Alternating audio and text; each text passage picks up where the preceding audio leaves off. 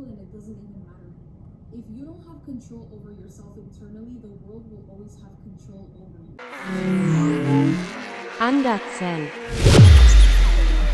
For some of you that have been around a while, this is a familiar scene.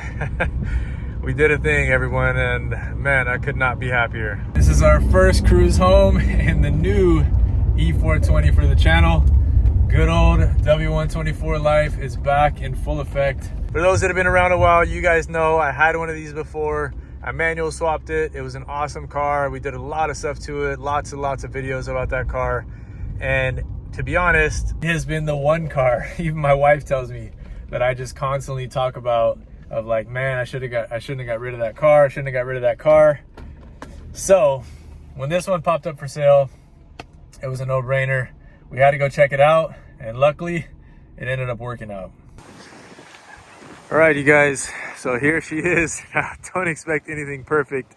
I paid $1,800 for this thing, so it definitely needs some love in various areas, and we're going to cover all that in today's video. But here it is, silver on black, 1994 E420. You excited? Oh man, and one of the most sentimental values of my old E420 was actually this guy when he was just a little pup, still a little pup, but he, there's a video, I'll pop it up, a little clip of him sitting in the driver's seat, me asking him if it's his car, and he's like, yeah. So, what do you think, man? Pretty cool, huh? You want to sit inside? Go ahead. One of the highlights, guys, the interior is in really, really good shape. And this has the cool, like, separated rear seats. The front seats are in super good shape. And black interior, silver on black, is pretty rare to find in the 124s, and especially on the E420. It's got the original wheels still. And overall, it's just got most of the original stuff still on it. Mine that I got was... it had a lot of stuff going on that had already been modified or messed with. This one really is pretty much OEM. There hasn't been much change on it. And in the engine bay, we've got our classic 4.2 liter M119. The only modifications I found in the car so far is somebody put these nice hella horns on here, which I actually like. They sound good too, kind of cool. But for those, like I said, have been around for a while, we had this same motor before. We did lots to it. I did lots and lots of little things to it to just get it running really nice. This one runs pretty good. It definitely has some noises. Sounds like it could be a water pump bearing going on.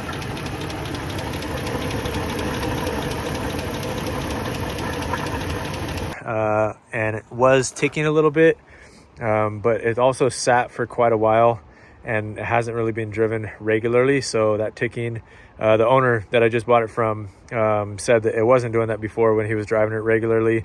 And since it's been sitting again, it started doing that. And I think on the way home right now, I'll start it up, but I think on the way home, it wasn't really doing that. So let me check, start it up for you guys, let you guys listen. All right, here's our cockpit view, by the way. This thing needs gas badly, but we got enough to fire it up. You can see, nobody tried to pull any trickery. It's still got all the lights in it, so that's good to see when you're checking out these cars. And starts right up. Cluster, just like mine, it's broken. So the odometer is not rolling. The gears inside of there break, they crumble. It's old plastic. So I'll probably be doing that job again like I did on mine before. But no big deal. I'll look back on the auto check and all that stuff to see where the mileage left off. Kind of get an estimate of where the car is at now.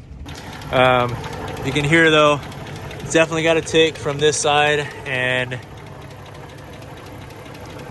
it's not as pronounced right now, but you can see it almost looks like our clutch fan is wobbling a little bit, or the water pump bearing is about to go.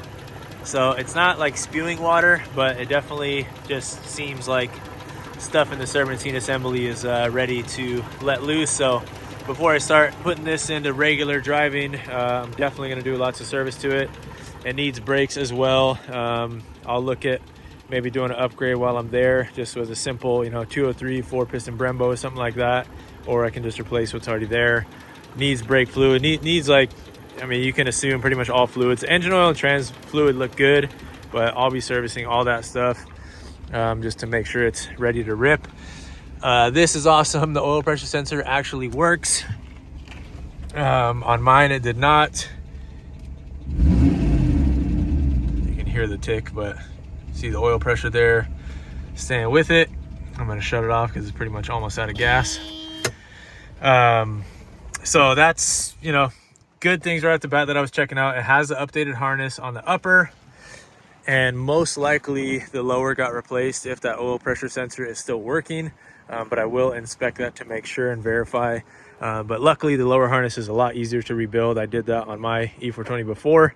I feel like for the car, for the bones alone, I made out pretty good for $1,800. For a running, driving 124 nowadays, $1,800 is pretty good. And for an E420, I'd say it's really good. So I'm just stoked, honestly, to have a 124 again. I think these are one of the best cars ever built, of all makes, all chassis, all eras. I think they would be at least top 10, top 5, possibly, depending on who you talk with. But in my opinion, one of the greatest cars built ever. And it just shows in so many different areas of them, the way they drive, the way they feel, how they feel like tanks, the quality behind everything.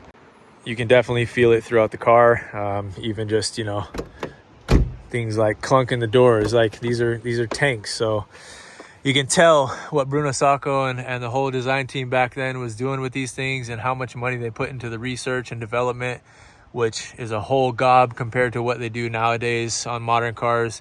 And it stood the test of time, and the design language of these, I'm just a huge fan. That's why we got the 190E over there that we're building. That's why I wanted to pick up another one of these things, and why I was willing to kind of let the C63 go, which you guys have probably already seen the for sale video for that, and that is sold. You know, that car is wonderful, and it's modern, it's great, it's fantastic. It's probably one of the best, cleanest, nicest dailies I've ever had and will ever have.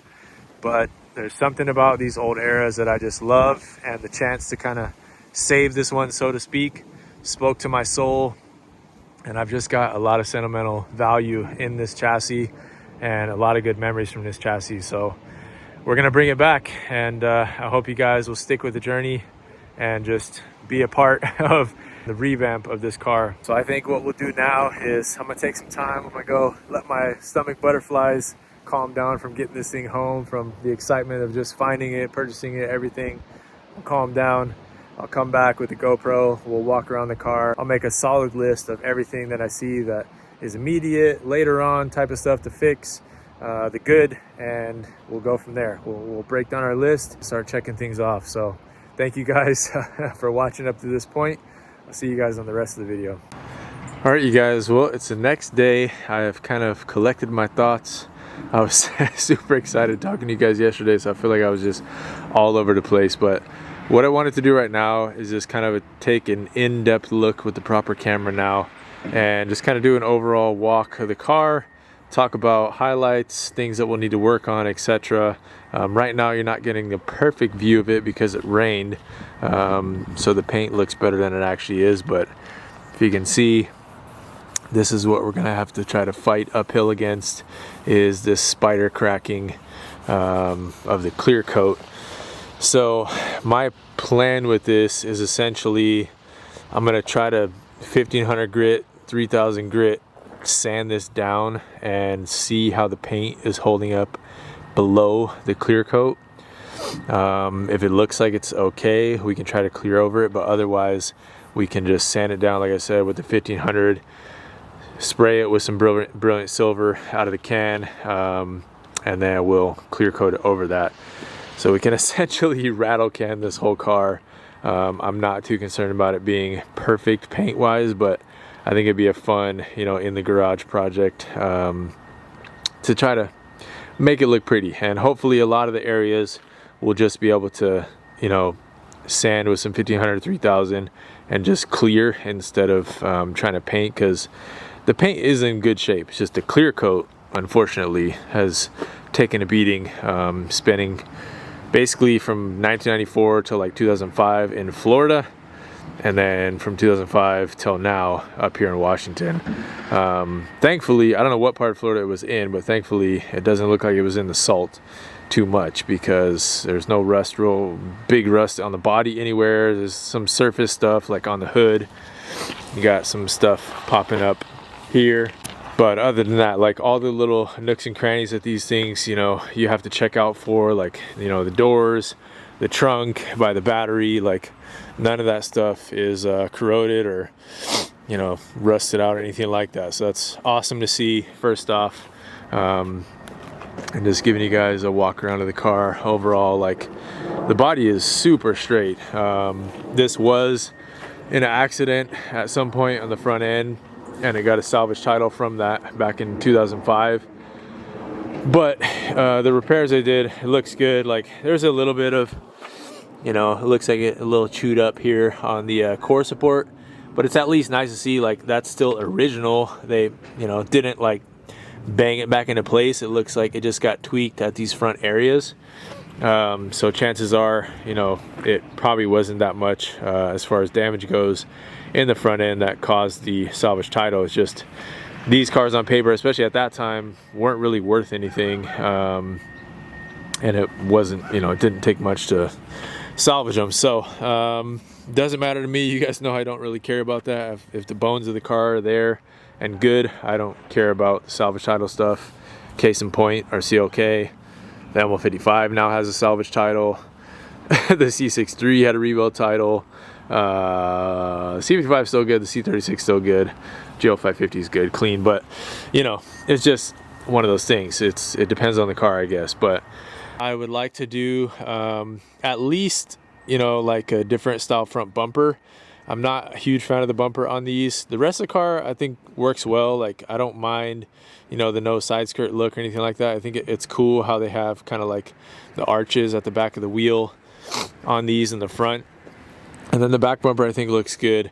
It's just the front bumper, like, it's kind of weird that it ducks down like that versus like a little more frontward. So there's a lip kit that actually looks pretty good. It's like 160 bucks on eBay that I might try first. And if I don't like that, then a buddy of mine down in California sells body kits that are like the AMG Gen 1 or Gen 2 style. So that would be the other alternate option down the road that we'll go with. I do want to put a set of wheels on it, but these have like brand new tires. They're from 2022, but the tread is like literally brand new. So I'll probably rock these for a while, and it needs brakes ASAP. So I bit the bullet and I paid whatever it was, like 180 bucks for rotors, pads for front and rear for now, just to throw on some stuff to work. And later on down the line, we can look at, you know, what big brake upgrade we want to do. The easy one is always like the 203 4-piston Brembos with the 330 millimeter rotors. But when I do those, I will have to go to a 17-inch wheel. So I think I will try to locate and find a good set of 17s that I like, and just kind of hoard some parts for that, so that when the time comes to do the brakes, we'll throw the 17s on and keep these as, you know, our spares or something. But anyways, engine bay wise, you guys saw at the beginning of the video, we're going to have to take off serpentine belt, diagnose what's going on here, and then I'm gonna I've already ordered a few things, like just basically filters, fluid for everything. I'm gonna order a new coolant reservoir, and we'll tackle a few things there. I need to pull the serpentine belt off before I, you know, go for the water pump right away, just assuming that that's the thing that's making the noise. I think it is, but can't really confirm that until we get the belt off. Then interior wise, we need to immediate things.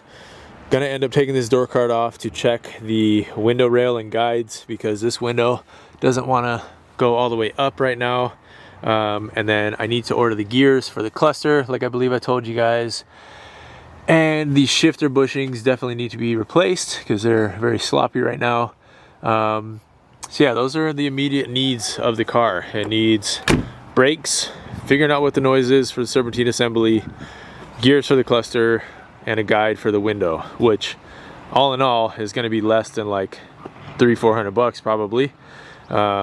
So I feel like at that point we'll have sorted out kind of the immediate needs of the car, and then we can start driving it, see what else it needs, go from there. I'll order spark plugs, all that stuff. I'm going to check the rotors, check the wires, all that stuff, and just prepare to do those at some point as well. I don't know how far into the trenches we're gonna go with this M119 setup. You know, on paper, I would love to finish our unfinished business of wanting to pull off the 5-liter swap. So if I find a good 5.0 M119, I will likely go that route and probably keep it automatic for a little while doing that. But who knows? You never know. I might get a wild hair and want to just manual swap it as is. If I get it running right and it's, you know, driving good and all that stuff, we might just go for it.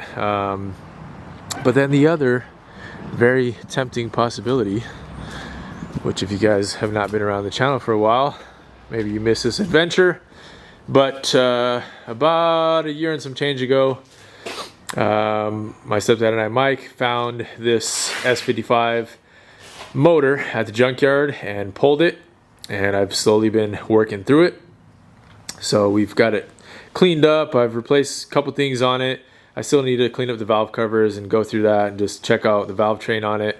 We'll end up resealing the oil pans underneath, and yeah, just kind of go through the motor a little bit more, refresh it. I'm not doing anything crazy, not building it. I just want to basically replace it as a stock power plant in something, and that's what has me kind of curious about this. And that's also one of the reasons why I was willing to buy this thing, with the potential, you know, motor issues, which I don't think there is, to be honest. I think it just needs some love. But, you know, if this M119 isn't healthy or was hurt for some whatever reason, the M113K is pretty tempting. So yeah, we'll plan for that potentially in the future, and you guys let me know if you would like to see that. I'm sure the answer is yes, because I don't think there's really been a good documented M113K swap into a W124. My good friend Johan at JM Speed Shop did an amazing build of a turbo M113 into an S124, which is essentially, you know, same process for the most part. So if you are curious, go check that project out. But yeah, it would be cool to do this whole project, get Josh to convert the M113K ECU to standalone, figure out the process of getting it to work into here. The 190E is kind of like my learning curve with a full drivetrain swap into another chassis, which we still got lots to do on that car. But this would be kind of the next step of what we learned from that car, being able to implement it onto this. And man, it would be fun to have a blast of 500 horsepower at any given moment in this chassis. Because the chassis itself, they're phenomenal. They just drive so well when you get them set up right, and when they're nice and fresh. This thing, suspension on it, it's pretty good. Like, I don't know if you guys are gonna be able to see, but it's pretty solid. Like, to be honest, like, it doesn't have any weak corners. It's not just bottoming out. Maybe the rear is a little soft, but no, honestly, like, it's pretty solid as far as suspension goes. Yeah, I mean, immediate needs is not too much, to be honest, so I'm thankful for that. It's a great car. That's why I just couldn't pass it up for $1,800. You guys heard me talk about, you know, why I was selling the C63 in the video of, you know, why it sold, and I kind of chuckled when I was telling you guys, you know, it's one less car to take care of, because I knew this is already here.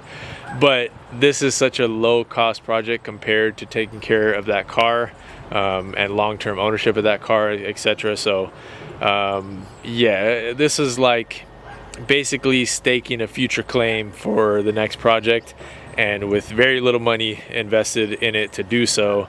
$1,800 I bought it for, which I legitimately paid for with parts that I sold. So I had sold a few things and collected like $2,000, and that's the money I used to buy this car. I didn't take any of the money that we got from selling the C63.